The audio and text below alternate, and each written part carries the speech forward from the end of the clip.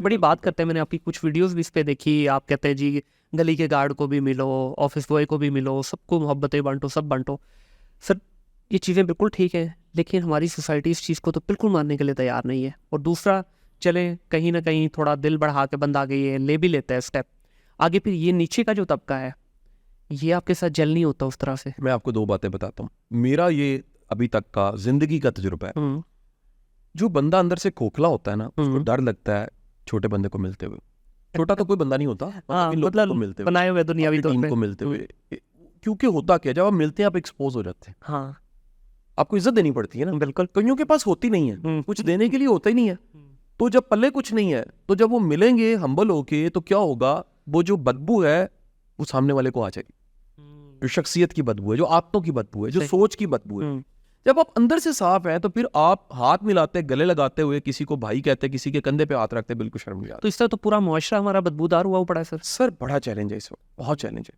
اور یہ ٹرینڈز چلانے کی ضرورت ہے, یہ اچھی مثالوں کو بھی کوٹ کرنے کی ضرورت ہے. یہ باتیں بھی میں اپنے منہ سے اس لیے بتا دیتا ہوں کہ شاید کو فالو کر لے, ہمبل ہو کے فالو کر لے اور کر کے دیکھے. میرا ایمان ہے کہ ٹیم بنتے دیر نہیں لگتی. بالکل 100 میں سے ایک بندہ مشکل ہوتا ہے, اس کے باوجود بھی وہ چیلنج رہتا ہے, لیکن 99 میں تبدیلی آ جاتی ہے. صحیح. اچھا دوسرا سر, اس پہ میں جاننا چاہوں گا آپ سے کہ آپ کا کیا ٹیک ہے اس پہ. اوور آل اگر ہم دیکھیں اس وقت جس ڈپارٹمنٹ کو دیکھ لیں, جس آپ شہر میں چلے جائیں, جس اسکول کالج میں چلے جائیں, اوور آل ہمیں ہر طرف ایک نفسا نفسی کا عالم نظر آ رہا ہے.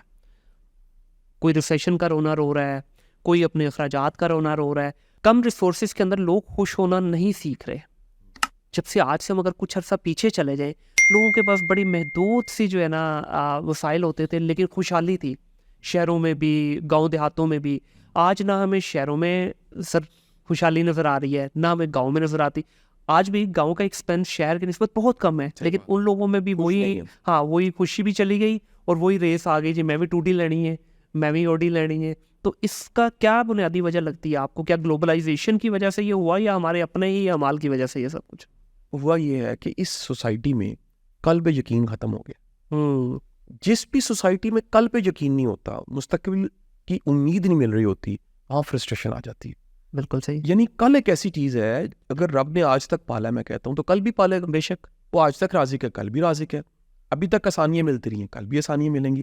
تو جس سوسائٹی میں انسیکیورٹی, انسرٹنٹی اتنی بڑھ جاتی ہے, وہ سوسائٹی کرپٹ ہو جاتی ہے. بالکل صحیح. میں اکثر کہتا ہوں, جس طرح ماں باپ کے جھگڑے سے بچے خراب ہوتے ہیں, اسی طرح بڑوں کی لڑائی ہیں, سوسائٹی میں لیڈرز کی لڑائی ہیں, اسٹیٹ کے اندر جو لڑائی ہوتی ہیں, اسٹیبلشمنٹ ورسز جماعتیں, جماعتوں کی آپس کی لڑائی ہیں, بڑوں کی ہاتھیوں کی لڑائی ہیں, اس کا نتیجہ کیا ہوتا ہے؟